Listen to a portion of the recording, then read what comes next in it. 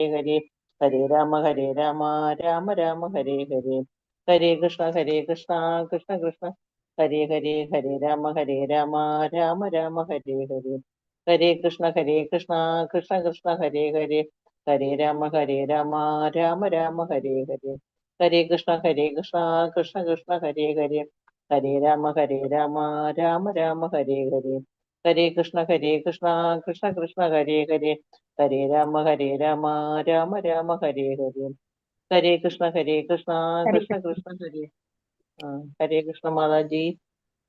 ഹരേ കൃഷ്ണ. എല്ലാവർക്കും ജ്ഞാനാഞ്ജന ശലാകയാ ചക്ഷുരന്മീലിതം യേന തസ്മൈ ശ്രീഗുരവേ നമഃ.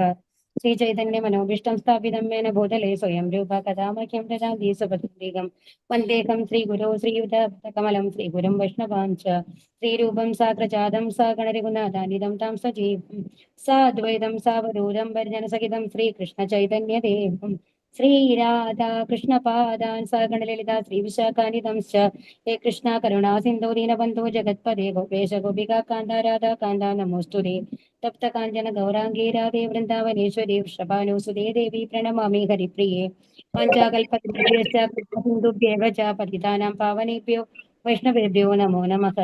നമാമി വിഷ്ണുപാദായ കൃഷ്ണപ്രേഷ്ഠായ ഭൂതലേ ശ്രീമതേ ഭക്തി വേദാന്ത സ്വാമി ഇതി നാമിനെ നമസ്തേ സരസ്വതേ ദേവേ ഗൗരവാണി പ്രചാരിണി സർവശേഷവാദി പാചാര്യതാരിണി. നമാമി വിഷ്ണുപാദായ കൃഷ്ണപ്രേഷ്ഠായ ഭൂതലേ ശ്രീമതി ജയപതാക സ്വാമി ഇതി നാമിനെ നമാചാര്യപാദായ നിതായ കൃപപ്രദായിനെ ഗൗരകഥാദാമതായ നഗരഗ്രാമധാരിണേ. നാരായണം നമസ്കൃത്യ നരം ചൈവ നരോത്തമം ദേവീം സരസ്വതീം വ്യാസം തതോ ജയമുദീരയത്. നഷ്ടപ്രായേഷു ഭദ്രേഷു നിത്യം ഭാഗവത സേവയ ഭഗവതീർ ഉത്തമ ശ്ലോകേ ഭക്തിർഭവതി നൈഷ്ഠികി. ജയ ശ്രീകൃഷ്ണ ചൈതന്യ പ്രഭോ നിത്യാനന്ദ ശ്രീ അദ്വൈത ഗദാധര ശ്രീവാസാദി ഗൗരഭക്തവൃന്ദ. ഹരേ കൃഷ്ണ കൃഷ്ണ കൃഷ്ണ ഹരേ ഹരേ ഹരേ രാമ രാമ രാമ ഹരേ ഹരേ. ഹരേ കൃഷ്ണ. ശ്രീ രാധാഗോവിന്ദ് ടെമ്പിളിന്റെ കീഴിലുള്ള ഭാഗവതം പഠനത്തിലേക്ക് എല്ലാവർക്കും സ്വാഗതം. നമ്മൾ 39ാമത്തെ ശ്ലോകമാണ് ഇന്നലെ പറഞ്ഞു നിർത്തിയത് അല്ലെ. അതിലെന്താണ് പറയുന്നത്? ശ്രീകൃഷ്ണ ഭഗവാന്റെ തിരോധാനം അറിഞ്ഞതിന് ശേഷം എന്താ ഉണ്ടാവുന്നത്? യുധിഷ്ഠിര മഹാരാജാവ്, കുന്തിദേവി ഓൾറെഡി തന്നെ ഭക്തി സേവനങ്ങളിൽ ഏർപ്പെടുന്നുണ്ട് അല്ലെ. അതിനുശേഷം യുധിഷ്ഠിരൻ എന്ത് ചെയ്യുന്നു? തന്റെ ആ രാജകീയ വസ്ത്രങ്ങളൊക്കെ ഉപേക്ഷിച്ചുകൊണ്ട് ഒരു സന്യാസത്തിനുള്ള വസ്ത്രങ്ങൾ ധരിച്ചുകൊണ്ട് വനവാസത്തിന് തയ്യാറാവുകയാണ് ചെയ്യുന്നത് അല്ലെ. അപ്പൊ ഇതിൽ പ്രത്യേകിച്ച് പറയുന്ന ഒരു കാര്യമുണ്ട്. എന്താണെന്നുണ്ടെങ്കിൽ എല്ലാവരും ഒരു വർണ്ണാശ്രമ ധർമ്മം എന്ന് പറഞ്ഞു കഴിഞ്ഞാല് ഗൃഹസ്ഥ, ആദ്യം ബ്രഹ്മചര്യം, ഗൃഹസ്ഥ, വാനപ്രസ്ഥ, സന്യാസ എന്നുള്ള 4 ഘട്ടങ്ങളാണ്. അപ്പൊ ആരാണെന്നുണ്ടെങ്കിലും അത് ഏത് ആശ്രമത്തിൽ പെട്ട ആളാണെങ്കിലും, ശൂദ്രനായാലും ശരി, വൈശ്യനായാലും ശരി, ക്ഷത്രിയനായാലും ശരി, ബ്രാഹ്മണനായാലും ശരി, ആ ഒരു 50 കൊല്ലം കഴിഞ്ഞു കഴിഞ്ഞാൽ സാധാരണഗതിയിൽ ആദ്യത്തെ 25 കൊല്ലം ബ്രഹ്മചര്യം, പിന്നത്തെ 25 കൊല്ലം ഗൃഹസ്ഥാണ്. 50 വയസ്സാണ് അതിന്റെ കണക്ക്. അതിന് ഉള്ളിൽ വന്നു കഴിഞ്ഞിട്ട് നമ്മുടെ എല്ലാ ഡ്യൂട്ടികളും അവസാനിപ്പിച്ചിട്ടുണ്ടാവണം എന്നുള്ളതാണ് ഗൃഹസ്ഥ ആശ്രമത്തിന്റെ. എന്നിട്ട് നമ്മളുടെ അനന്തരാവകാശികൾക്ക് അവർ വീട്ടിലത്തെ കാര്യങ്ങൾ ഏൽപ്പിച്ചിട്ട് അവര് വാനപ്രസ്ഥത്തിന് റെഡി ആവണം എന്നുള്ളതാണ്. അതിൽ പ്രത്യേകം പറയുന്ന ഒരു കാര്യമാണ്. ഇപ്പൊ സാധാരണ രീതിയിലാണ് പറയുന്നത്, നമ്മൾക്ക് എപ്പോഴാണ് മരണം വരിക എന്നുള്ളത് നമുക്ക് ഗ്യാരണ്ടി ഒന്നും ഇല്ല അല്ലെ. പക്ഷേ സാധാരണ ഇതിൽ ഒരു 100 വയസ്സ് എടുത്തു കഴിഞ്ഞാൽ ഓരോ ആശ്രമവും 25 കൊല്ലം എന്നുള്ള രീതിയിലാണ് പറയുന്നത്. അപ്പൊ ആ മരിക്കേണ്ട സമയമാകുമ്പോഴല്ല വാനപ്രസ്ഥം ചെയ്യേണ്ടത്. അതിനു മുമ്പ് നമ്മൾക്ക് ഏകദേശം ആയുസിന്റെ ഒരു കണക്ക് വെച്ച് കഴിഞ്ഞിട്ട് അതിനൊരു 20 കൊല്ലമെങ്കിലും എന്ത് ചെയ്യണം? പൂർണ്ണമായും ഭക്തി സേവനങ്ങളിൽ മുഴുകണം എന്നുള്ളതാണ് കഴിഞ്ഞ ശ്ലോകത്തില് അവസാന ഭാഗത്തിൽ പറഞ്ഞത് അല്ലെ. ഇതിൽ പറയുന്നുണ്ട് എന്താണ്? കുറഞ്ഞ പക്ഷം മരണപ്പെടുന്നതിന് 15-20 വർഷങ്ങൾക്ക് മുമ്പെങ്കിലും ജീവിതത്തിന്റെ പരമപൂർണതയെ പ്രാപ്തമാക്കാനായി പൂർണ്ണമായും ഭഗവാന്റെ ഭക്തി സേവനത്തിൽ വ്യാപൃതനാക്കാൻ കഴിയുന്ന വിധം ഏവരും അവരുടെ ജീവിതം ചിട്ടപ്പെടുത്തണം എന്നാണ് പറയുന്നത്.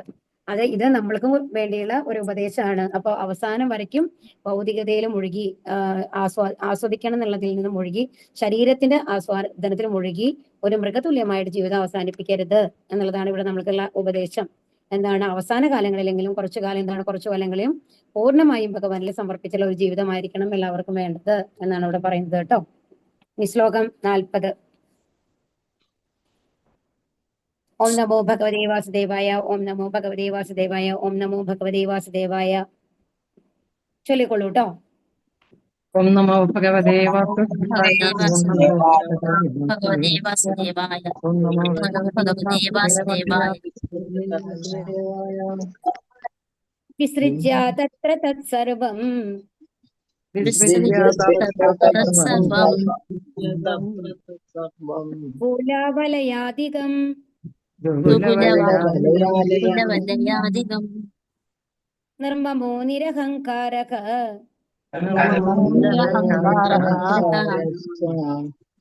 ചിന്നാശേഷബന്ധനഃ സംഛിന്നാശേഷബന്ധനഃ ഹരേ കൃഷ്ണ. വിസൃജ്യ പരിത്യജിച്ചുകൊണ്ട് തത്ര അവയെല്ലാം ആ സർവമെല്ലാം ദുകൂല അരപ്പട്ട വലയ ആധികം വളകളും നിർമ്മമക താല്പര്യമില്ലാതെ നിരഹങ്കാരക അനാസക്തനായി സംഛിന്ന പൂർണ്ണമായും വിച്ഛേദിച്ചു അശേഷബന്ധനക അനന്തമായ ബന്ധം. വിവർത്തനം ശ്രീല പ്രപാദിക്ക് ജയ്. മഹാരാജാവ് യുധിഷ്ഠിരൻ തൽക്ഷണം തന്നെ രാജകീയമായ ഉടയാടകളും ആഭരണങ്ങളും അരപ്പട്ടയുമൊക്കെ ഉപേക്ഷിച്ച് പൂർണ്ണമായും ഒന്നിലും താല്പര്യമില്ലാത്തവനും അനാസക്തനുമായി തീരുന്നു. അവർക്ക് വിരക്തി കൊണ്ടുവരാൻ എത്ര എളുപ്പമാണ് അല്ലെ? നമ്മളൊക്കെ എങ്ങനെയാണുള്ളത്? എത്ര കാലം ശ്രമിച്ചു കഴിഞ്ഞാലും നമ്മുടെ ആഗ്രഹങ്ങളിൽ നിന്ന് ഒരു മോചനമില്ല അല്ലെ? ഭാവാർത്ഥം ശ്രീല പ്രപാദിക്ക് ജയ്. ഭഗവാന്റെ സഹചരന്മാരിൽ ഒരുവനായി തീരാൻ എല്ലാ ഭൗതിക മാലിന്യങ്ങളിൽ നിന്നും നിർമുക്തനായി തീരുക എന്നത് അത്യന്താപേക്ഷിതമായ യോഗ്യതയാകുന്നു. അപ്പൊ ഏറ്റവും അത്യന്താപേക്ഷിതമായിട്ട് യോഗ്യത എന്താണ്? ഭഗവാന്റെ ഭക്തന്മാരിൽ ഭഗവാന്റെ ധാമത്തിലേക്ക് പോകാനുള്ളത് എല്ലാ ഭൗതിക മാലിന്യങ്ങളിൽ നിന്നും നിർമുക്തനായിരിക്കണം. നമ്മുടെ മനസ്സിൽ ഒരിക്കലും ഒരു മാലിന്യങ്ങളും ഉണ്ടാവാൻ പാടില്ല. കാരണം അവിടെ ഭഗവാന്റെ ധാമത്തിൽ ചെന്ന് കഴിഞ്ഞിട്ട് വീണ്ടും തെറ്റുകൾ ചെയ്ത് ഭൂലോകത്തിലേക്ക് വരുന്ന ഒരവസ്ഥയിൽ നമ്മൾ പോകാൻ പാടില്ല എന്നർത്ഥം. അതുകൊണ്ടാണ് മായ നമ്മളിങ്ങനെ പരീക്ഷിച്ചുകൊണ്ടിരിക്കുന്നത്. കാരണം എല്ലാ മായയുടെ പരീക്ഷണങ്ങളിൽ നിന്നും മോചനം നേടി ശുദ്ധഭക്തനായ മാത്രമാണ് നമ്മൾക്ക് എവിടേക്കുള്ള എൻട്രി ഉള്ളൂ. ഇനി ഒരു തവണ നമ്മൾ തല്ലൂടി പോകുന്ന വീട്ടിൽ നിന്ന് വെച്ചോളൂ. തിരിച്ചു ചെല്ലുമ്പോ അവരെന്താ പറയാ, ഇനി നന്നായിട്ടില്ല എന്നുണ്ടെങ്കിൽ വീട്ടിലേക്ക് കയറ്റില്ല എന്നുള്ളതാണ് കണ്ടീഷൻ. അപ്പൊ പൂർണ്ണമായും നമ്മുടെ ഭൗതിക മാലിന്യങ്ങളൊക്കെ തീർന്നു കഴിഞ്ഞാൽ മാത്രമാണ് നമ്മൾക്ക് എവിടേക്ക് എത്താൻ പറ്റുള്ളൂ, ഭഗവത് ധാമത്തിലേക്ക് മടങ്ങിച്ചെല്ലാനായിട്ട് പറ്റുള്ളൂ. അത്തരം പരിശുദ്ധീകരണം ഇല്ലാത്ത ഒരുവന് ഭഗവാന്റെ സന്തത സഹചാരിയായി തീരാനോ ഭഗവത് ധാമത്തിലേക്ക് മടങ്ങിച്ചെല്ലാനോ ഒരിക്കലും കഴിയുകയില്ല. മഹാരാജാവ് യുധിഷ്ഠിരൻ അതിനാൽ ആത്മീയമായി പരിശുദ്ധനായി തീരുവാൻ വേണ്ടി തൽക്ഷണം രാജകീയമായ ആടയാഭരണങ്ങൾ പരിത്യജിച്ച് രാജകീയ ഐശ്വര്യങ്ങളെല്ലാം ഉപേക്ഷിച്ചു. അപ്പൊ എന്താണ് ഈ രാജകീയ ആടയാഭരണങ്ങൾ വെച്ച് കഴിഞ്ഞിട്ടും തപസ് ചെയ്തുകൂടെ? നമ്മളുടെ ഏത് ആകർഷണവും നമ്മൾക്ക് വരാൻ പാടില്ല എന്നുള്ളതാണ് ഇവിടുത്തെ ഇത്. അതായത് നമ്മൾക്ക് ആ ഒരു നമ്മളുടെ കയ്യിലുള്ള ആഭരണങ്ങൾ കാണുമ്പോൾ അതിനോടൊരു ആകർഷണം തോന്നാൻ പാടില്ല, കളർഫുൾ ആയിട്ടുള്ള സാധനങ്ങളോട്. അതുകൊണ്ടാണ് എല്ലാം ഉപേക്ഷിക്കുന്നത്. ഇപ്പൊ നമ്മള് ഒരു സ്കൂളിൽ വന്നു കഴിഞ്ഞിട്ട് യൂണിഫോം എന്തിനാണ് വെക്കുന്നത്? ഹരേ കൃഷ്ണ. എല്ലാവരും ഒരേപോലെ കാണണം അല്ലെ? ഉച്ചനീചങ്ങൾ പാടില്ല മാതാജി, ഉച്ചനീചങ്ങൾ പാടില്ല. അതുപോലെ തന്നെ നമ്മുടെ ഉള്ളില് നമ്മളോട് തന്നെയുള്ള ഏതാഗ്രഹങ്ങൾ വരാൻ പാടില്ല എന്നുള്ളതാണ് ഇവിടുത്തെ. അപ്പൊ അതുകൊണ്ട് അത്രയും ലളിതമായ വസ്ത്രങ്ങൾ, ഒരു സന്യാസി എന്ന് പറയുമ്പോൾ ഇപ്പോഴും നമ്മൾക്കറിയാലേ കാഷായ വസ്ത്രങ്ങൾ ധരിക്കുന്നത് എന്തുകൊണ്ടാണ്? അവർക്ക് ആ ഒരു എന്തിനോടും ഒരു ആകർഷണം ഇല്ല എന്നുള്ള ആ ഒരു ഇത് നമ്മുടെ ഉള്ളിൽ കൊണ്ടുവരാൻ വേണ്ടിയിട്ടാണ്. തുടങ്ങുമ്പോൾ, അതായത് ഒരു സന്യാസ ജീവിതം തുടങ്ങുന്ന സമയത്ത് വന്നു കഴിഞ്ഞിട്ട് എല്ലാവരും പൂർണ്ണമായിട്ടുള്ള പരിശുദ്ധരാവണം എന്നില്ല. അവര് അതിലേക്കുള്ള ഒരു കാൽവെപ്പ് എടുത്തു വെക്കുകയാണ്. അപ്പൊ ആ സമയത്ത് എല്ലാത്തിനോടുള്ള അറ്റാച്ച്മെന്റ് ഉപേക്ഷിക്കണം എന്നുള്ള ആ ഒരു ഇതിൽ വരുമ്പോഴാണ് നമ്മൾക്ക് പൂർണ്ണമായിട്ടും അതിൽ മുഴുകാനായിട്ട് സാധിക്കുള്ളൂ, ഭഗവാന്റെ ശ്രദ്ധ കോൺസെൻട്രേറ്റ് ചെയ്യാനായിട്ട് സാധിക്കുള്ളൂ എന്നുള്ളത് കൊണ്ടാണ് അങ്ങനെ ചെയ്യുന്നത്. ഒരു സന്യാസിയുടെ കാഷായ വസ്ത്രം ആകർഷകമായ എല്ലാവിധ ഭൗതിക വസ്ത്രങ്ങളിൽ നിന്നുമുള്ള സ്വാതന്ത്ര്യത്തെ സൂചിപ്പിക്കുന്നു. കണ്ടോ, എല്ലാം നിന്നും മുക്തനാവുകയാണ് എന്നുള്ളതാണ്. അങ്ങനെ അതിനനുസരിച്ച് അദ്ദേഹം വസ്ത്രം മാറ്റി. അദ്ദേഹം രാജ്യം, കുടുംബം എന്നിവയിൽ താല്പര്യം ഇല്ലാത്തവനായി തീരുകയും അപ്രകാരം എല്ലാവിധ ഭൗതിക മാലിന്യങ്ങളിൽ നിന്നും അഥവാ എല്ലാവിധ ഭൗതിക ഉപാധികളിൽ നിന്നും മുക്തനായി തീരുകയും ചെയ്തു. ജനങ്ങൾ സാധാരണയായി വിവിധ തരം ഉപാധികളിൽ ആസക്തരാണ്. കുടുംബം, സമൂഹം, രാജ്യം, തൊഴിൽ, ധനം, പദവി മുതലായ അനവധി കാര്യങ്ങൾ അതിൽ ഉൾപ്പെടുന്നു. അത്തരം ഉപാധിയോട് ആസക്തനായിരിക്കുന്നിടത്തോളം കാലം ഒരുവൻ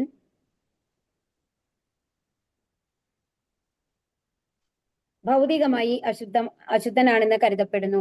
ആധുനിക കാലഘട്ടത്തിൽ ജനനേതാക്കൾ എന്ന് വിശേഷിപ്പിക്കപ്പെടുന്നവർ ദേശീയ ബോധത്തിൽ ആസക്തരായിരിക്കുന്നു. എന്നാൽ അത്തരം മിഥ്യാബോധവും ഭൗതികമായി ബദ്ധനായ ആത്മാവിനെ സംബന്ധിച്ചിടത്തോളം മറ്റൊരു ഉപാധിയാണെന്ന വസ്തുത അവരറിയുന്നില്ല. അപ്പൊ ഇവിടെ എന്താ ശരിക്കും പറയണേ നോക്കൂ. ഇവിടെ താഴെ എന്താ പറഞ്ഞത്? എല്ലാ ഭൗതിക ഉപാധികളിൽ നിന്ന് മുക്തനായി തീരണം അല്ലെ? അപ്പൊ സാധാരണ നമ്മൾ എന്ന് പറയുന്നത് എങ്ങനെയാണ്? ഏതെങ്കിലും ഒരു കാര്യത്തിൽ നമ്മൾ മുഴുകിയിട്ടാണ് ഇരിക്കുന്നത്. നമ്മൾ ചെയ്യുന്ന ജോലിയാവാം, ഒരു ടീച്ചർ ആണെങ്കിൽ ആ ജോബ് അതിൽ മുഴുകിയിട്ടാണ് ഉണ്ടാവുക. അപ്പൊ അല്ലാന്നുണ്ടെങ്കിൽ ധനം, നമ്മൾക്ക് ഒരുപാട് ധനം ഉണ്ടെന്നുണ്ടെങ്കിൽ അത് വെച്ചിട്ടുള്ള കാര്യങ്ങളായിരിക്കും. പദവി ആണെങ്കിലോ, ഇപ്പൊ ആർക്കും ഒരു പദവിയിൽ നിന്ന് വിട്ടുകൊടുക്കാനായിട്ട് ആർക്കും താല്പര്യം ഉണ്ടാവില്ല അല്ലെ? ഇപ്പൊ നമ്മളുടെ ഒരു പ്രൈം മിനിസ്റ്റർ ആയിട്ട് ഇരിക്കുന്ന ആൾക്കാരോ ചീഫ് മിനിസ്റ്റർ ആയിട്ട് ഇരിക്കുന്ന ആൾക്കാരോ 5 കൊല്ലം കഴിയുമ്പോൾ അവർക്ക് താല്പര്യമുണ്ടോ അതിൽ നിന്ന് താഴെ ഇറങ്ങാനായിട്ട്? ഇല്ല. അവർ വീണ്ടും എന്താ ചെയ്യുന്നത്? വീണ്ടും മത്സരിച്ച് ആ ലെവലിൽ എത്താനാണ് ശ്രമിക്കുന്നത്. കിട്ടിയില്ലെങ്കിൽ അവരിരിക്കില്ല എന്ന് മാത്രമേ ഉള്ളൂ അല്ലെ? മാക്സിമം എത്ര കാലവും ആ ചെയറിനോട് ആ പദവിയോട് എല്ലാവർക്കും ആഗ്രഹം കൂടുതലാണ് എന്നുള്ളതാണ്. അത് രാജ്യസേവനത്തിനേക്കാൾ കൂടുതൽ ആ പദവിയോടുള്ള ആകർഷണമാണ് അധികം പേർക്കും ഉണ്ടാവുക. വളരെ കുറച്ച് ആൾക്കാർക്ക് എന്തുണ്ടാവും? ജനങ്ങളെ സേവിക്കണം എന്നുള്ളത് കൊണ്ട് ഇരിക്കുന്ന ആൾക്കാരുണ്ടാവും. അപ്പൊ അതുപോലെ അപ്പൊ ഇതിൽ ഏതെങ്കിലും അപ്പൊ നമ്മളൊക്കെ ഏതെങ്കിലും ഈ ഒരു കാര്യങ്ങളോട് ആസക്തി ഉള്ളിടത്തോളം കാലം എന്താണ്ടാവാൻ പറ്റില്ല, നമ്മൾക്ക് ശുദ്ധനാണെന്ന് പറയാൻ പറ്റില്ല. കാരണം അതിനോടുള്ള ആകർഷണമാണ് നമ്മളെ നയിക്കുന്നത്. അതിൽ എങ്ങനെ നിൽക്കണം, അതിനു വേണ്ടിയുള്ള പ്രവർത്തനങ്ങളാണ് നമ്മൾ ചെയ്തുകൊണ്ടിരിക്കുക. ആധുനിക കാലഘട്ടത്തിൽ ജനനേതാക്കൾ എന്ന് വിശേഷിപ്പിക്കപ്പെടുന്നവർ ദേശീയ ബോധത്തിൽ ആസക്തരായിരിക്കുന്നു. അപ്പൊ ഇപ്പോഴത്തെ ആൾക്കാരാണ് നമ്മൾക്ക് നമ്മുടെ രാജ്യം എന്നുള്ള ലെവലിലാണ് ആ ചിന്ത അല്ലെ. എന്നാൽ എന്താ പറയുന്നത് എന്നുണ്ടെങ്കിൽ നമ്മളുടെ ആത്മാവിനെ സംബന്ധിച്ചിടത്തോളം ഈ ഇന്ത്യ എന്ന് പറയുന്നതോ ആഫ്രിക്ക എന്ന് പറയുന്നതോ അല്ലെങ്കിൽ പാകിസ്ഥാൻ എന്ന് പറയുന്നതോ തമ്മിലൊന്നും ഒരു വ്യത്യാസവും ഇല്ല. നമ്മളുടെ ഇപ്പൊ നമ്മൾക്ക് കിട്ടിയിരിക്കുന്ന ആ ശരീരത്തിനോട് ബന്ധപ്പെട്ട് വരുന്ന കാര്യങ്ങൾ മാത്രമാണ് അത്. ആത്മാവിന് ഇതിനെ ആയിട്ട് ബന്ധമില്ല എന്നുള്ളതാണ് നമ്മൾ മനസ്സിലാക്കേണ്ടത്. നമ്മുടെ ബദ്ധമായ നമ്മളിപ്പോ ഈ 3 പ്രകൃതി ഗുണങ്ങളിൽ അടിയിൽ വന്നേക്കണ കാരണം കൊണ്ട് അത് നമ്മളെ ബാധിച്ചിരിക്കുന്ന നമ്മളെ ബാധിച്ചിരിക്കുന്ന കാരണം കൊണ്ടാണ് ഇതിനോടൊക്കെയുള്ള ആകർഷണങ്ങൾ വരുന്നത്. എന്നാൽ യഥാർത്ഥത്തിൽ ഈ ആത്മാവ് എന്ന് പറയുന്നത് ഈ ഭൗതിക ലോകം മുഴുവൻ എന്താണ്? ഈ ആത്മാവിന്റെ വാടക വീടാണ് അല്ലെ? അത് നമ്മളുടെ യഥാർത്ഥ സ്ഥലമാണോ ആത്മാവിന്റെ?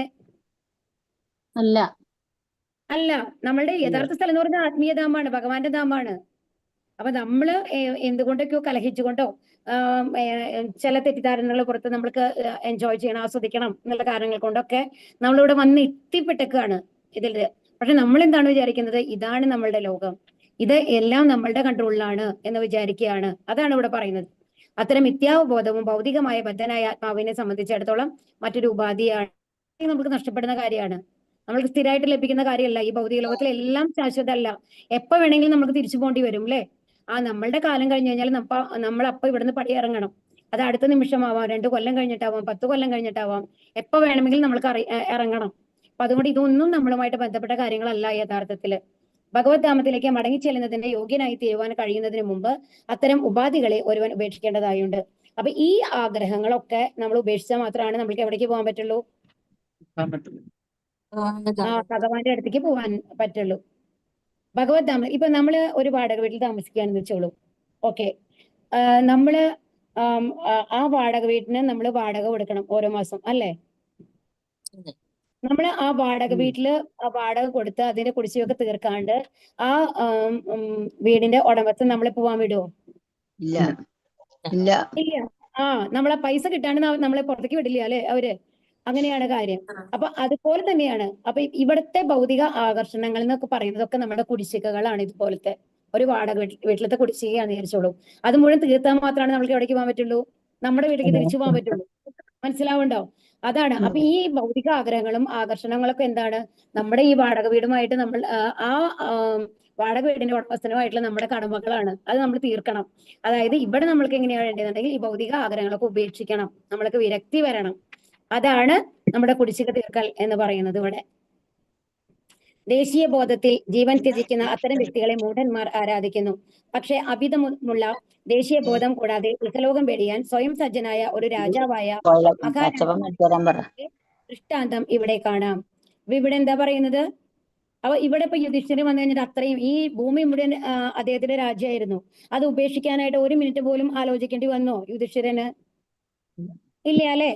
കാരണം എന്താണ്, ഭഗവാന്റെ തിരുഭാവായി എന്ന് അറിഞ്ഞ ഉടനെ എന്താണ് തീരുമാനിച്ചത്? ഓക്കെ, ഞാനും ഭഗവാന്റെ നാമത്തിലേക്ക് എങ്ങനെയെങ്കിലും എത്തണം എന്നുള്ള ഒരു ശ്രമമാണ് ഇവിടെ യുധിഷ്ഠിരൻ ചെയ്യാൻ പോകുന്നത്. എന്നിട്ടും ഏകദേശം പരമപുരുഷനായ ശ്രീരാമചന്ദ്രന്റെ അതേ തലത്തിലുള്ള ശ്രേഷ്ഠനും ധർമ്മിഷ്ഠനുമായ രാജാവായിരുന്നതിനാൽ അദ്ദേഹം ഇന്നും സ്മരിക്കപ്പെടുന്നു. അത്തരം ധർമ്മശീലരായ രാജാക്കന്മാർ ലോക ജനതയെ ഭരിച്ചിരുന്നതിനാൽ പ്രജകളെല്ലാവരും എല്ലാവിധത്തിലും സന്തോഷവാന്മാരായിരുന്നു. ആകയാൽ അത്തരത്തിലുള്ള മഹാത്മാരായ ചക്രവർത്തിമാർക്ക് ലോകം മുഴുവൻ ഭരിക്കുക എന്നത് തികച്ചും സാധ്യമായിരുന്നു. അതാണ് ഇപ്പൊ നമ്മൾക്ക് ഒരു രാജ്യം, ഇന്ത്യയെ തന്നെ എടുത്തു നോക്കൂ, അതിലൊരു സംസ്ഥാനം എടുത്തു നോക്കൂ, അതിനെ മര്യാദയ്ക്ക് ഭരിക്കാനായിട്ട് ഇപ്പുറത്തെ കർത്താക്കന്മാർക്ക് സാധിക്കുന്നുണ്ടോ? ബുദ്ധിമുട്ടാണ് അല്ലെ? എല്ലാവരെയും സംയോജിപ്പിച്ച് എല്ലാ കാര്യങ്ങളും കൊണ്ട് നടക്കുന്നവർ എത്ര ബുദ്ധിമുട്ടിയിട്ടാണ് ചെയ്യുന്നത് എന്ന് ആലോചിച്ച് നോക്കൂ. അന്നത്തെ കാലത്ത് ഈ ലോകം മുഴുവനും ഒരു രാജ്യമായിട്ടിരുന്ന് ആ പ്രജകളെ മുഴുവൻ ഒരു രാജാവ് ഭരിക്കുന്ന കാലം അത്രയും സന്തുഷ്ടരായിരുന്നു എല്ലാവരും എന്നാണ് പറയുന്നത് അല്ലെ? അപ്പൊ ഇവിടെ എന്താ പറയണെന്നുണ്ടെങ്കിൽ ഇവിടെ മഹാരാജാവ് യുധിഷ്ഠിരൻ എന്താണ് രാജ്യം വിട്ടുപോയി. എന്തിന്? വനവാസത്തിന് വേണ്ടി പോവുകയാണ്. പക്ഷെ അതിന് ആരും രാജാവിനെ കുറ്റപ്പെടുത്തുകയല്ല ചെയ്യുന്നത്, പ്രകീർത്തിക്കുകയാണ് ചെയ്യുന്നത്. അതാണ് ഇവിടെ പറയുന്നത്. കാരണം അതുവരയ്ക്കും അവർ ആ രാജ്യം ഭരിച്ചിരുന്നത് ആ ലെവലിലാണ്. ആ പ്രജകളെല്ലാം സന്തുഷ്ടരായിരുന്നു. ശ്രീരാമദേവനുമായിട്ടാണ് കമ്പയർ ചെയ്യുന്നത് അല്ലെ? ശ്ലോകം 41. ഓം നമോ ഭഗവതേ വാസുദേവായ. ഓം നമോ ഭഗവതേ വാസുദേവായ. ഓം നമോ ഭഗവതേ വാസുദേവായ. ചൊല്ലിക്കൊള്ളൂ കേട്ടോ. ഓം നമോ ഭഗവതേ ഭഗവതേ വാസുദേവായ. നമോ ഭഗവതേ ഓം നമോ ഭഗവതേ വാസുദേവായ. രാജം ജുഹാവ മനസി. ചൊല്ലിക്കൊള്ളൂ.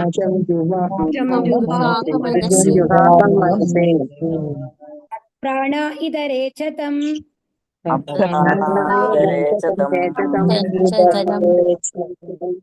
വൃത്യാവപാനം സോത്സർഗം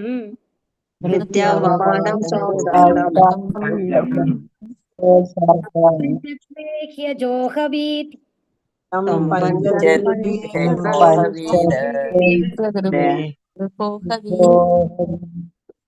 ഹരേ കൃഷ്ണ. വാചം വാക്കുകൾ, ജുഹാവ ഉപേക്ഷിച്ചു, മനസ്സി മനസ്സിൽ, തത് പ്രാണി പ്രാണനിൽ മനസ്സിനെ, ഇതരെ ച മറ്റ് ഇന്ദ്രിയങ്ങളും, തം അതിലേക്ക്, മൃത്യന മൃത്യുവിലേക്ക്, അപാനം ശ്വാസം, സ ഉത്സർഗം തികഞ്ഞ സമർപ്പണ ബുദ്ധിയോടെ, തം ആ പഞ്ചത്വേ പഞ്ചഭൂതങ്ങളാൽ നിർമ്മിതമായ ശരീരത്തിലേക്ക്, ഹി നിശ്ചയമായും, അജോഹവീത് അതിനെ സംയോജിപ്പിച്ചു. വിവർത്തനം. ശ്രീല പ്രപാദിക്ക് ജയ്. പിന്നീട് അദ്ദേഹം ഇന്ദ്രിയങ്ങളെയെല്ലാം മനസ്സിലും മനസ്സിനെ പ്രാണനിലും പ്രാണനെ ശ്വാസത്തിലും തന്റെ സമ്പൂർണ്ണ അസ്തിത്വത്തെ പഞ്ചഭൂതാത്മകമായ ശരീരത്തിലും ശരീരത്തെ മൃത്യുവിലും സംയോജിപ്പിച്ചു. അത്തരം പരിശുദ്ധ ആത്മാവെന്ന നിലയിൽ അദ്ദേഹം ഭൗതിക ജീവിത സങ്കല്പത്തിൽ നിന്നും സ്വതന്ത്രനായി. ഇവരൊക്കെ പരിശുദ്ധ ഭക്തന്മാരായതുകൊണ്ട് അവർക്ക് സ്വയം മരണം കൈവരിക്കാൻ സാധിച്ചിരുന്നു എന്നുള്ളതാണ്. നമ്മളുടെ പോലെയല്ല. നമ്മൾക്ക് എന്ന് പറയുമ്പോൾ മരണം എപ്പോഴാ വരാന്നറിയില്ല, നമ്മൾ വിളിക്കുമ്പോൾ പോകണം എന്നുള്ള മാതിരിയാണ്. പക്ഷെ ശുദ്ധഭക്തന്മാർക്ക് എന്താണ് പ്രത്യേകത? അവർക്ക് അവരുടെ മൃത്യു എപ്പോ വേണമെങ്കിലും അവർക്ക് തീരുമാനിക്കാം എന്നുള്ളതാണ്. അപ്പൊ ഇവിടെ പറയുന്നത് കേട്ടു, പ്രാണനെ ശ്വാസത്തില്, എന്നിട്ട് എന്താണ്, സമ്പൂർണ്ണ അസ്തിത്വത്തെ പഞ്ചഭൂതാത്മകമായ ശരീരത്തിലും ശരീരത്തെ മൃത്യുവിലും സംയോജിപ്പിച്ചു എന്നുള്ളതാണ്. അപ്പൊ ആ ശരീരത്തിന് മൃത്യുവിനെ വിട്ടുകൊടുത്ത് ആത്മാവ് സ്വതന്ത്രനായി എന്നുള്ളതാണ് ഇവിടെ പറയുന്നത്. ഭാവാർത്ഥം. ശ്രീല പ്രപാദിക്ക് ജയ്. മഹാരാജാവ് യുധിഷ്ഠിരൻ ഭ്രാതാവായ അർജുനനെ പോലെ തനിക്കുള്ളിലേക്ക് ശ്രദ്ധ കേന്ദ്രീകരിക്കുവാൻ ആരംഭിക്കുകയും ക്രമേണ എല്ലാവിധ ഭൗതിക ബന്ധനങ്ങളിൽ നിന്നും സ്വതന്ത്രനായി തീരുകയും ചെയ്തു. ഇതിനു മുമ്പ് അർജുനന്റെ കാര്യം പറയണ്ടായി അല്ലെ? അർജുനന്റെ മാതിരി തന്നെ ആ ശ്രദ്ധ ഉള്ളിലേക്ക് കേന്ദ്രീകരിച്ചിട്ട് അഷ്ടാംഗയോഗയുടെ അവസാനത്തെ ഘട്ടാണിത് സമാധി എന്ന് പറയുന്നത് കേട്ടോ. അതാണ് ഇവിടെ പറയുന്നത്. ക്രമേണ എല്ലാവിധ ഭൗതിക ബന്ധനങ്ങളിൽ നിന്നും സ്വതന്ത്രനായി തീരുകയും ചെയ്തു. അദ്ദേഹം എല്ലാ ഇന്ദ്രിയ പ്രവർത്തനങ്ങളെയും ഏകത്ര കേന്ദ്രീകരിക്കുന്നു അല്ലെ? നമ്മളതിൽ അഷ്ടാംഗയോഗയിൽ അതാണ് ആദ്യം ചെയ്യുക അല്ലെ? ഇന്ദ്രിയങ്ങളെ മുഴുവൻ ഉള്ളിലേക്ക് കേന്ദ്രീകരിക്കും, എന്നിട്ടോ മനസ്സിലേക്ക് അവ സംയോജിപ്പിക്കുന്നു. എന്നിട്ട് മനസ്സാണ് ഇന്ദ്രിയങ്ങളെ നിയന്ത്രിക്കുന്ന ഘടകം. അപ്പൊ മനസ്സിലേക്ക് അത് അവയെ സംയോജിപ്പിക്കുന്നു. അന്യത അദ്ദേഹം സ്വമനസ്സിനെ എന്ത് ചെയ്യുന്നു? ഭഗവാന്റെ അതീന്ദ്രിയ സേവനത്തിലേക്ക് തിരിച്ചു. അപ്പൊ ഈ ഭൗതികമായിട്ടുള്ള അതുവരെയുള്ള രാജ്യഭരണങ്ങളും എല്ലാ കാര്യങ്ങളെയും വിട്ടുകഴിഞ്ഞിട്ട് ഇന്ദ്രിയങ്ങളെ ഉള്ളിലേക്ക് വലിച്ച് മനസ്സിനെ അതിലേക്ക് യോജിപ്പിച്ച് മനസ്സിനെ എവിടെയാണ് കോൺസെൻട്രേറ്റ് ചെയ്യുന്നത്? ഇപ്പോ ഭഗവാന്റെ അതീന്ദ്രിയ സേവനത്തിലേക്ക് ഭഗവത് സ്മരണ കൊണ്ടുവരികയാണ്. അവിടെ അത് ഉള്ളിലേക്ക് വലിച്ച് ഭഗവാൻ മാത്രം മനസ്സിൽ കൊണ്ടുവരികയാണ്. ഭൗതിക ഇന്ദ്രിയങ്ങളുടെ പ്രതിപ്രവർത്തനങ്ങളെ ആസ്പദമാക്കി എല്ലാ ഭൗതിക കർമ്മങ്ങളും മനസ്സിനാൽ നിർവഹിക്കപ്പെടുന്നു. അപ്പൊ നമ്മളുടെ എല്ലാ കാര്യങ്ങളും നമ്മൾ മനസ്സുകൊണ്ടാണ് തീരുമാനിക്കുന്നത് അല്ലെ? വേണം വേണ്ട എന്നൊക്കെ തോന്നുന്നത് നമ്മൾക്ക് എവിടെയാ? അല്ലെ? അപ്പൊ അവരെന്ത് ചെയ്യുന്നുണ്ടെങ്കിൽ ആ മനസ്സിനെ തന്നെ കൺട്രോൾ ചെയ്തൊക്കെയാണ് ഇപ്പൊ ഇവിടെ. യുധിഷ്ഠിര മഹാരാജാവാകട്ടെ ഭഗവത് ധാമത്തിലേക്ക് മടങ്ങാൻ ഒരുങ്ങുകയാണ്. ഇക്കാരണത്താൽ മനസ്സ് ഭൗതിക പ്രവർത്തനങ്ങൾക്ക് വിരാമം ഇടണം. അപ്പൊ എല്ലാം തന്റെ വീട്ടിലത്തെ മക്കളാവട്ടെ, ബാക്കി എല്ലാവരും, ഭാര്യ ആവട്ടെ, എല്ലാവരിൽ നിന്നും എന്താണ് യുധിഷ്ഠിരന്റെ മനസ്സ് ഉള്ളിലേക്ക് വലിഞ്ഞു. അവിടെ ഒന്നുമില്ല. ഇപ്പൊ വേറെ ആര് മാത്രമേ ഉള്ളൂ? ഭഗവാന്റെ അതീന്ദ്രിയ ഭക്തിയുത സേവനത്തിലേക്ക് തിരിയണമെന്ന് അദ്ദേഹം പ്രാർത്ഥിച്ചു. എന്നിട്ട് എന്താണ് അദ്ദേഹം പ്രാർത്ഥിക്കുന്നത്? എന്താണ്? ഭഗവാനോടാണ് പ്രാർത്ഥിക്കുന്നത്. ഇനി ഭൗതിക കാര്യങ്ങളൊന്നും വേണ്ട, അങ്ങ് മാത്രം മതി എന്നുള്ള ലെവലില്. ഇനിമേൽ ഭൗതിക പ്രവർത്തനങ്ങളുടെ ആവശ്യമേ ഇല്ല. യഥാർത്ഥത്തിൽ മനസ്സിന്റെ പ്രവർത്തനങ്ങൾ ശാശ്വത ആത്മാവിന്റെ പ്രതിഫലനമാകയാൽ അവയ്ക്ക് വിരാമം ഇടാൻ സാധ്യമല്ല. അപ്പൊ നമ്മൾ മനസ്സിലാക്കേണ്ട കാര്യം ഇതാണ്, ഒരിക്കലും നമ്മൾക്ക് മനസ്സിന്റെ പ്രവർത്തനങ്ങൾ നിർത്താൻ പറ്റില്ല. എനിക്ക് ചീത്ത കാര്യങ്ങൾ ചെയ്യണ്ട, ഞാൻ ചീത്ത കാര്യങ്ങളൊന്നും ആലോചിക്കില്ല എന്ന് ഞാൻ തീരുമാനിച്ചിട്ട് കാര്യമില്ല. അത് വീണ്ടും ആ ചിന്തകൾ തന്നെ നമ്മൾ വരും. അപ്പൊ നമ്മൾ എങ്ങനെയാണ് മനസ്സിനെ നന്നാക്കുക? എങ്ങനെയാണ്? ഭഗവാനോട് പ്രാർത്ഥിക്കണം. നല്ല ചിന്തയിലൂടെ തിരിച്ചുവിടണം. അതെ, തിരിച്ചുവിടണം. അതാണ് മാതാജി പറഞ്ഞത്, കറക്റ്റ് ആണ്.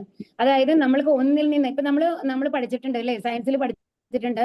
എന്താ പഠിച്ചേക്കണത്? നമ്മൾക്ക് ഒരു എനർജിയെ വേറൊരു എനർജിയായിട്ട് മാറ്റാൻ പറ്റും, ഒരു എനർജിയെ നശിപ്പിക്കാനോ സൃഷ്ടിക്കാനോ സാധ്യമല്ല. പഠിച്ചിട്ടുണ്ട് അല്ലെ നമ്മൾ സയൻസിൽ.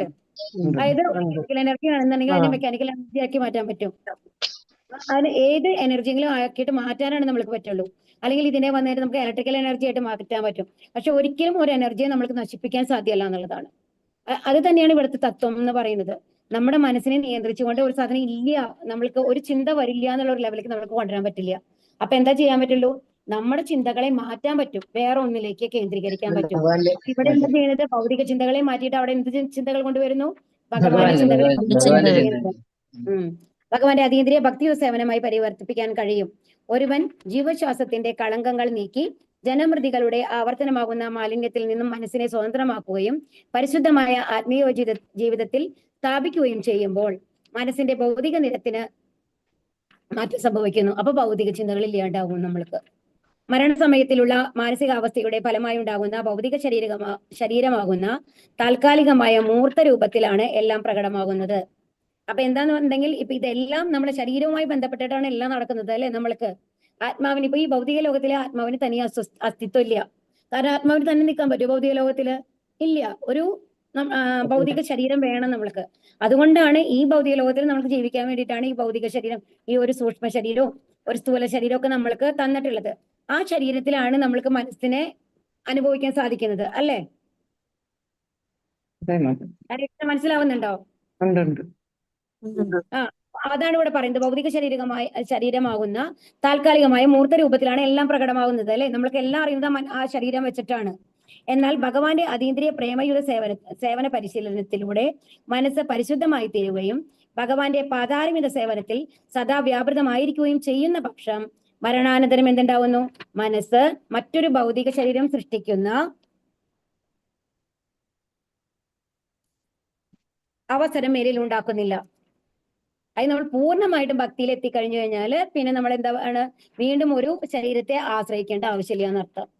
വീണ്ടും ഒരു ശരീരത്തിലേക്ക് പോകേണ്ട ആവശ്യമില്ല മനസ്സിന്. അപ്പൊ എന്താ സംഭവിക്കുക? ഭൗതിക മാലിന്യങ്ങളിൽ ആമഗ്നമാകുന്നതിൽ നിന്നും മനസ്സ് സ്വതന്ത്രമായി തീരുകയും പരിശുദ്ധാത്മാവിന് സ്വകേഹമായ ഭഗവത്ധാമത്തിലേക്ക് മടങ്ങിച്ചെല്ലാൻ സാധിക്കുകയും ചെയ്യും. അപ്പൊ നമ്മൾ മനസ്സിലാക്കേണ്ടത് എന്താണെങ്കിൽ നമ്മുടെ മനസ്സ് പൂർണ്ണമായിട്ടും പരിശുദ്ധ ആവുന്നത് വരെ നമ്മൾക്ക് ശരീരങ്ങൾ ഉപേക്ഷിക്കാൻ പറ്റില്ല. നമ്മുടെ മനസ്സ് പൂർണ്ണമായും പരിശുദ്ധമായി കഴിഞ്ഞു കഴിഞ്ഞാൽ പിന്നെ നമുക്ക് ശരീരങ്ങൾ വേണ്ട. നമ്മുടെ ആത്മാവിന് എവിടേക്ക് പോവാം? ശ്ലോകം 42. ഓം നമോ ഭഗവതേ വാസുദേവായ, ഓം നമോ ഭഗവതേ വാസുദേവായ, ഓം നമോ ഭഗവതേ വാസുദേവായ.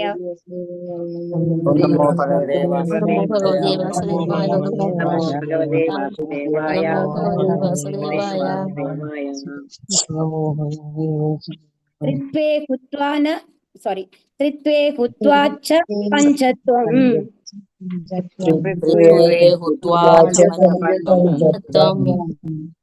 തച്ചൈകത്തോ ജുഹോന്മുനിഃ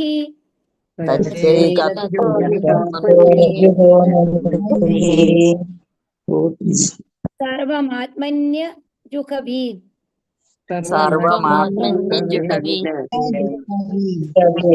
ബ്രഹ്മണ്യാത്മാനമവ്യയേ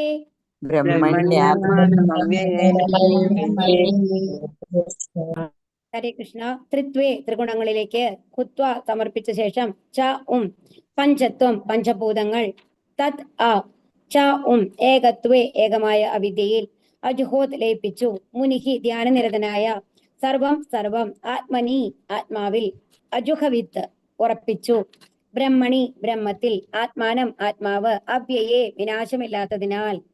വിവർത്തന ശ്രീല പ്രഭുപാദിക്ക് ജയ്. അപ്രകാരം പഞ്ചഭൂതങ്ങളാൽ നിർമ്മിതമായ സ്ഥൂല ശരീരത്തെ ഭൗതിക പ്രകൃതിയുടെ ത്രിഗുണങ്ങളിൽ ലയിപ്പിച്ച ശേഷം അദ്ദേഹം ത്രിഗുണങ്ങളെ ഏകമായ അവിദ്യയിലും ആ അവിദ്യയെ ഏത് പരിതസ്ഥിതിയിലും വിനാശമില്ലാത്ത ബ്രഹ്മത്തിൽ അഥവാ ആത്മാവിലും ലയിപ്പിച്ചു. അവിടെ എന്താ പറയുന്നത്? നമ്മുടെ ശരീരം എന്തുകൊണ്ടാണ് ഉണ്ടാക്കിയിട്ടുള്ളത്? പഞ്ചഭൂതങ്ങളാണ്. അതിനെന്താ ചെയ്തത്? ത്രിഗുണങ്ങൾ ലയിപ്പിച്ചു. അതായത് സത്വഗുണം, രജോഗുണം, തമോ ഗുണം, 3 ഗുണങ്ങളാണ് ഉള്ളത് അല്ലെ? ആ ത്രിഗുണങ്ങൾ എന്താ ചെയ്തത്? അതാണ് അവിദ്യ എന്ന് പറയുന്നത്. ശരിക്കും വിദ്യ എന്ന് പറയുന്നത് ഭഗവാനെ കുറിച്ചുള്ള അറിവാണ്. അവിദ്യ എന്ന് പറയുന്നത് ഭൗതികമായിട്ടുള്ള അറിവുകളാണ്. അതാണ് ഈ 3 ത്രിഗുണങ്ങളുമായിട്ട് ബന്ധപ്പെട്ടിട്ടുള്ളത്. ആ വിദ്യയെ എന്താ ചെയ്യുന്നത്? ഏത് പരിതസ്ഥിതിയിലും വിനാശമില്ലാത്ത ബ്രഹ്മത്തില് ഭഗവാനിലേക്ക് ലയിപ്പിക്കുകയാണ്, ആത്മാവിലേക്ക്. അതായത് അഥവാ ആത്മാവിനെ ലയിപ്പിച്ചു. ഭാവാർത്ഥം ജയ്. ഭൗതിക ലോകത്തിൽ ആവിഷ്കൃതമായതെല്ലാം മഹത്തത്വ അവ്യക്തത്തിന്റെ ഉൽപ്പന്നങ്ങളാകുന്നു. അപ്പൊ ഇവിടെ എങ്ങനെയാണ് നമ്മൾക്ക് സൃഷ്ടി നടക്കുന്നത്? നമ്മൾ പലതവണ പറഞ്ഞിട്ടുള്ള കാര്യമാണ് ഇതിനു മുമ്പ്. അത് ആദ്യം 24 മൂലകങ്ങളാണുള്ളത് അല്ലെ? അപ്പൊ ഈ ഭൗതിക ആകാശം എന്ന് പറയുന്നത് ഈ ആത്മീയ ആകാശത്തിന്റെ ഒരു 1/4 ഉള്ളൂ. അതായത് ഭാഗം പോലും ഇല്ലാതാണ് പറയുന്നത്. അതൊരു ചെറിയൊരു ഭാഗമാണ്. ആ ഭാഗത്തിലാണ് ഈ 24 മൂലകങ്ങൾ രൂപം ഉണ്ടാക്കുന്നത്. ഈ 24 മൂലകങ്ങൾ ഉണ്ടാക്കുന്നത് ആരാണ്?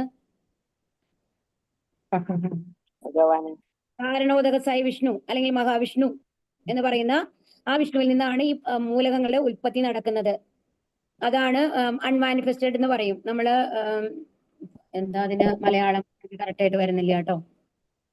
അപ്പൊ ആദ്യം തന്നെ ഈ മൂലകങ്ങളാണ് ഉണ്ടാവുന്നത്. ഓക്കെ, കാരണോദകസായി വിഷ്ണുവിൽ നിന്ന്. പിന്നെ ആ മൂലകങ്ങളെല്ലാം ചേർത്ത് കഴിഞ്ഞിട്ട് നമ്മൾ ഈ ശരീര രൂപം എന്ന് കൊണ്ടുവരുന്നത് ആരാണ്? ബ്രഹ്മാവാണ്. അതാണ് വിസർഗ എന്ന് പറയുന്നത്. ആദ്യത്തെ സർഗ എന്ന് പറയും നമ്മള്. ഈ മൂലങ്ങളൊക്കെ എല്ലാ മൂലങ്ങളും ഉണ്ടാവും. 24 മൂലങ്ങളുടെ സൃഷ്ടി അവിടെ നടക്കും. അതെന്ന് പറയുന്നത് ഏതൊക്കെയാണ്? കർമ്മേന്ദ്രിയങ്ങള്, ജ്ഞാനേന്ദ്രിയങ്ങള്, ഇന്ദ്രിയ വിഷയങ്ങള്. ആർക്കെങ്കിലും ഓർമ്മയുണ്ടോ? മനസ്സ്, ബുദ്ധി, മിഥ്യാഹങ്കാരം. മനസ്സ്, ബുദ്ധി, മിഥ്യാഹങ്കാരം.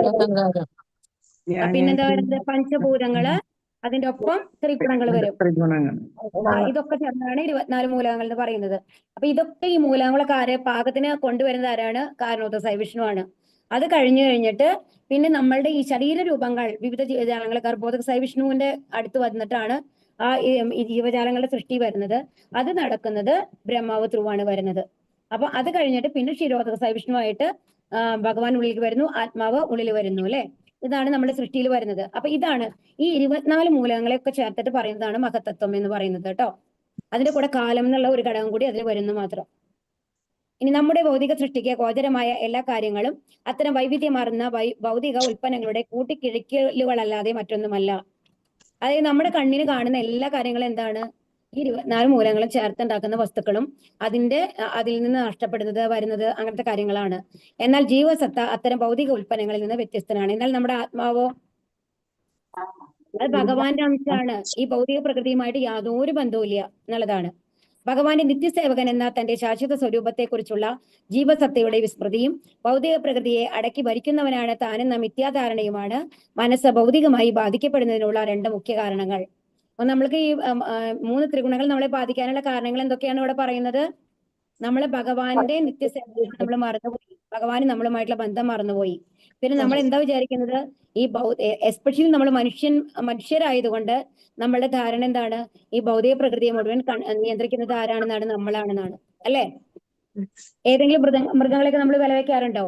നമ്മുടെ ഉള്ളിലില്ലേ ഈ മരങ്ങളെക്കാളും മൃഗങ്ങളെക്കാളും എല്ലാ പക്ഷികളെക്കാളും എല്ലാത്തിനേക്കാളും ഉയർന്നതാണ് നമ്മൾ എന്നുള്ളൊരു ധാരണ നമ്മുടെ ഉള്ളിലില്ലേ? ഉണ്ട് അല്ലേ? കാരണം നമ്മളാണ്. കാരണം നമ്മുടെ വീട്ടിലുള്ള ഒരു നായ്ക്കോ ഒരു പൂച്ചയ്ക്കൊക്കെ നമ്മൾ ഭക്ഷണം കൊടുക്കുമ്പോൾ നമ്മൾ എന്താ വിചാരിക്കുന്നത്? നമ്മൾ വലിയൊരു ഫേവർ ചെയ്യണ മാതിരിയാണ്. അതിന് ഞാൻ ഇന്ന് ഭക്ഷണം കൊടുത്തു എന്നുള്ളത്. പക്ഷെ നമ്മളും വിചാരിക്കേണ്ടത് എന്താണെന്നുണ്ടെങ്കിൽ അടുത്ത ജന്മത്തിൽ നമ്മൾ ഈ പട്ടിയോ പൂച്ചയോ ആരെങ്കിലുമൊക്കെ ആയിട്ടാവും ചിലപ്പോൾ ജനിക്കാൻ പോകുണ്ടാവുക. നമ്മുടെ കർമ്മങ്ങൾ ശരിയല്ല എന്നുണ്ടെങ്കിൽ നമ്മൾക്കും ആ അവസ്ഥയാണ് വരാൻ പോകുന്നത്. നമ്മുടെ കയ്യിൽ ഒന്നുമില്ല.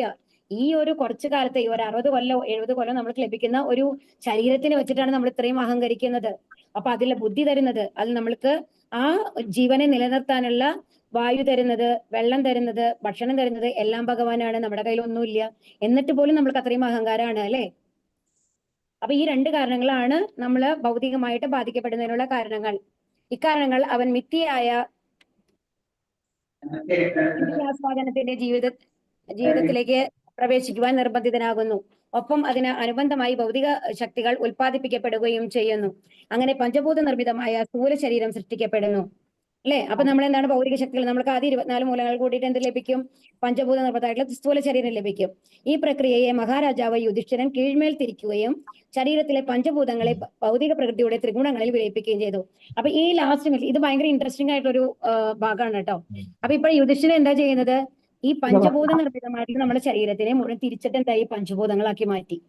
വായു, ജലം, അഗ്നി, ആകാശം, പിന്നെന്താ? ഭൂമി ആ ഭൂമി ഭൂമി അഗ്നി. നമ്മൾ ഭൂമി ഓൾറെഡി പറഞ്ഞു. പറഞ്ഞായിരുന്നു. അപ്പൊ ഈ 5 കാര്യങ്ങൾ ആയിട്ട് എന്ത് ചെയ്യും? 5 തിരിച്ചിട്ട് ഈ ത്രിഗുണങ്ങളിൽ വിലയിപ്പിച്ചു എന്നാണ് പറയുന്നത്. മനസ്സിലാവുന്നുണ്ടോ? നല്ലതെന്നും ചീത്തയെന്നും അല്ലെങ്കിൽ ഇടത്തരമെന്നും ശരീരത്തെ സംബന്ധിക്കുന്ന ഗുണപരമായ വിവേചനം ഇല്ലാതാക്കപ്പെടുകയും ഗുണപരമായ ആവിഷ്കാരങ്ങൾ വീണ്ടും പരിശുദ്ധാത്മാവിന്റെ മിഥ്യബോധത്തിൽ നിന്ന് ഉളവാകുന്ന ഭൗതിക ശക്തിയിൽ വിലയിക്കുകയും ചെയ്തു. അപ്പൊ നമ്മുടെ യുധിഷ്ഠിര മഹാരാജന്റെ ശരീരം എന്തായി? 5 ഘടകങ്ങളായിട്ട് തിരിഞ്ഞു. അപ്പൊ പിന്നെ അവിടെ വന്നു കഴിഞ്ഞിട്ട് ഗുണങ്ങളോ നല്ലത് ചീത്ത അങ്ങനെ വല്ലതും ഉണ്ടോ? ഇല്ല. അത് തിരിച്ചതിന്റെ ഘടകങ്ങളായിട്ട് മാറി അല്ലെ? അപ്രകാരം അപ്പോൾ ഒരുവന് ആത്മീയ ആകാശത്തിലെ അസംഖ്യം ലോകങ്ങളിൽ ഒന്നിൽ വിശേഷിച്ചും ഗോലോക വൃന്ദാവനത്തിൽ പരമപുരുഷനായ ഭഗവാന്റെ സേവകനായി തീരുവാൻ താല്പര്യമുണ്ടാകുന്നുവോ അപ്പോൾ അവൻ തൻ ഭൗതിക ശക്തിയിൽ നിന്ന് വിഭിന്നനാണെന്നും തനിക്ക് അതിൽ യാതൊരു കാര്യവുമില്ലെന്ന് സദാ ചിന്തിക്കണം. അപ്പൊ ഇവിടെ എന്താ പറയണെന്നുണ്ടെങ്കിൽ നമ്മൾക്ക് ഭഗവാന്റെ അടുത്ത് തിരിച്ചു പോകാൻ ആഗ്രഹം ഉണ്ടെങ്കിൽ നമ്മൾ ആദ്യം തന്നെ നമ്മൾ മനസ്സിലാക്കേണ്ടത് എന്താണ്? ഈ ശരീരമായിട്ട് നമ്മളൊരു ബന്ധമില്ല എന്നുള്ള മാതിരി നമ്മൾക്ക് വരണം മനസ്സിൽ. നമ്മൾ അതിന്റെ ഉള്ളിൽ ആത്മാവ് മാത്രമാണ് എന്നുള്ളത്. അതായത് ഒരു കൊട്ടത്തേങ്ങയുടെ ഉള്ളില് നമ്മൾ അതിന്റെ ഉള്ളിലത്തെ ആ തേങ്ങ വിട്ടു നിൽക്കുന്നത് പോലെ ഈ ശരീരമായിട്ട് നമ്മൾക്ക് യാതൊരു ബന്ധവും ഇല്ല എന്നുള്ള മാതിരി ഒരു ചിന്ത നമ്മൾക്ക് വരണം. പിന്നെയോ കൂടാതെ ഗുണപരമായി പരബ്രഹ്മത്തിന് സമമായ ബ്രഹ്മമാണ് അഥവാ ശുദ്ധ ആത്മാവാണ് താനെന്ന് സാക്ഷാത്കരിക്കേണ്ടതാണ്. മഹാരാജാവ് യുധിഷ്ഠിരൻ അദ്ദേഹത്തിന്റെ രാജ്യം പരീക്ഷത്തിനും വജ്രനും ഭാഗിച്ചു നൽകിയ ശേഷം സ്വയം ലോക ചക്രവർത്തി എന്നോ കുരുവംശത്തിന്റെ അധിപൻ എന്നോ വിചാരിച്ചിരുന്നില്ല. ഭൗതിക ബന്ധനങ്ങളിൽ നിന്നുള്ള ഈ സ്വാതന്ത്ര്യ ബോധവും സ്ഥൂലവും സൂക്ഷ്മവുമായി വലയം ചെയ്തിരിക്കുന്ന ഭൗതിക പഞ്ചരത്തിൽ നിന്നുള്ള മോചനവും ഈ ഭൗതിക ലോകത്തിൽ പോലും ഒരുവനെ ഭഗവാന്റെ സേവകനായി പ്രവർത്തിക്കാൻ സ്വാതന്ത്ര്യം നൽകുന്നു. അപ്പൊ ആദ്യം തന്നെ എന്താണ്? ഞാൻ രാജാവാണെന്നുള്ളത് ഉപേക്ഷിച്ചു. രണ്ടാമത് ഈ ശരീരത്തിന് മുഴുവൻ അതിന്റെ ഘടകങ്ങളാക്കി മാറ്റി കഴിഞ്ഞപ്പോ ഈ അദ്ദേഹം ആത്മീയ ലോകത്തിൽ എത്തിയിട്ടില്ലെങ്കിൽ കൂടി അദ്ദേഹം എന്തായി? ഭഗവാന്റെ ഒരു മുക്താവസ്ഥയിലായി എന്നാണ് പറയുന്നത്. ഈ അവസ്ഥയെ ജീവൻ മുക്താവസ്ഥ എന്ന് അഥവാ ഭൗതിക ലോകത്തിൽ കഴിയുമ്പോൾ തന്നെയുള്ള മുക്താവസ്ഥ എന്ന് വിശേഷിപ്പിക്കുന്നു. ഭൗതിക അസ്തിത്വത്തെ അവസാനിപ്പിക്കുന്ന പ്രക്രിയയാണത്. താൻ ബ്രഹ്മമാണെന്ന് ഒരുവൻ ചിന്തിക്കുക മാത്രമല്ല ബ്രഹ്മത്തെ പോലെ പ്രവർത്തിക്കുകയും വേണം. സ്വയം ബ്രഹ്മം എന്ന് ചിന്തിക്കുക മാത്രം ചെയ്യുന്നവൻ അവ്യക്തവാദിയാണ്. അതായത് നമ്മൾ ഭഗവാനിലേക്ക് ലയിക്കുന്നു നമ്മൾ വിചാരിക്കുകയാണെന്നുണ്ടെങ്കിൽ നമ്മൾ എന്താണ്? നമ്മൾക്ക് എവിടം വരെ പോകാൻ പറ്റും? ബ്രഹ്മജ്യോതി വരയ്ക്ക് മാത്രമാണ് നമുക്ക് പോകാൻ പറ്റുള്ളൂ. അല്ലാണ്ടുള്ള ഭഗവാനെ നമുക്ക് അറിയാൻ സാധിക്കില്ല. എന്നാൽ ബ്രഹ്മത്തെ പോലെ പ്രവർത്തിക്കുക എന്ന് പറഞ്ഞു കഴിഞ്ഞാൽ നമ്മൾ ആരുമല്ല, ഭഗവാന്റെ ഒരു ഘടകമാണ് എന്നുള്ളൊരു ചിന്ത നമ്മളിൽ വരുന്നതാണ്. അവിടെ ആഗ്രഹങ്ങളും ഇല്ല, ഒന്നുമില്ല. നമ്മൾ ഭഗവാന്റെ ഒരു ഘടകം മാത്രമാണ്. അപ്പൊ ഭഗവാൻ എന്ത് ചെയ്യുന്നുവോ അത് ശിഷ്ടാഷ്ടകത്തിന്റെ അവസാനത്തെ ശ്ലോകം ഉണ്ട്. ആശ്ലിഷ്യവാം പാദരഥാം പിനഷ്ടവും. ഭഗവാനെ അങ്ങ് എന്നെ എന്ത് ചെയ്താലും കുഴപ്പമില്ല, സ്വർഗത്തിൽ വെച്ചോളൂ, നരകത്തിൽ വെച്ചോളൂ, എന്നെ അടിച്ചോളൂ, ഇടിച്ചോളൂ, എന്നെ നന്നായി വെച്ചോളൂ, എന്നെ ചേർത്ത് പിടിച്ചോളൂ, ആലിംഗനം ചെയ്തോളൂ. എന്ത് ചെയ്തു കഴിഞ്ഞാലും എനിക്കൊരു വ്യത്യാസവും ഇല്ല. ഞാൻ അങ്ങയുടെ പാദത്തിൽ ഒരു പാദതൂളിയായിട്ടിരിക്കാൻ ആഗ്രഹിക്കുന്നു എന്ന് പറയുന്ന ഒരു ഭാവമാണത്. ആ ബ്രഹ്മഭാവം എന്ന് പറഞ്ഞു കഴിഞ്ഞാൽ അവിടെ ആഗ്രഹങ്ങളിലെ ഒന്നുമില്ല. ഭഗവാന്റെ ഒരു അംശമാണ്. ഭഗവാൻ എന്ത് പ്രവർത്തിപ്പിക്കുന്നുവോ അത് പ്രവർത്തിക്കാൻ റെഡിയായിരിക്കുന്ന ഒരു അംശം മാത്രമാണ് എന്നുള്ളതാണ്. അങ്ങനെയാണ് ഒരു പരിശുദ്ധ ഭക്തൻ ഉണ്ടാവുക എന്നാണ് ഇവിടെ പറഞ്ഞത് കേട്ടോ. ഹരേ കൃഷ്ണ. നമുക്ക് നാളെ നോക്കാം. കൽപ്പതരൂപ്യശ്ച കൃപാസിന്ധുഭ്യേവ ച പതിതാനാം പാവനേഭ്യോ വൈഷ്ണവേഭ്യോ നമോ നമഃ. ആനന്ദകോടി വൈഷ്ണവൃന്ദേ ജയ പ്രപാദിക്കേ ജയ ഗുരു മഹാരാജ് കി ജയ ഗുരു പ്രേമാനന്ദേ. ഹരി ഹരി ബോൾ. ഹരേ കൃഷ്ണ. നാളെ കാണാം. ഹരേ കൃഷ്ണ.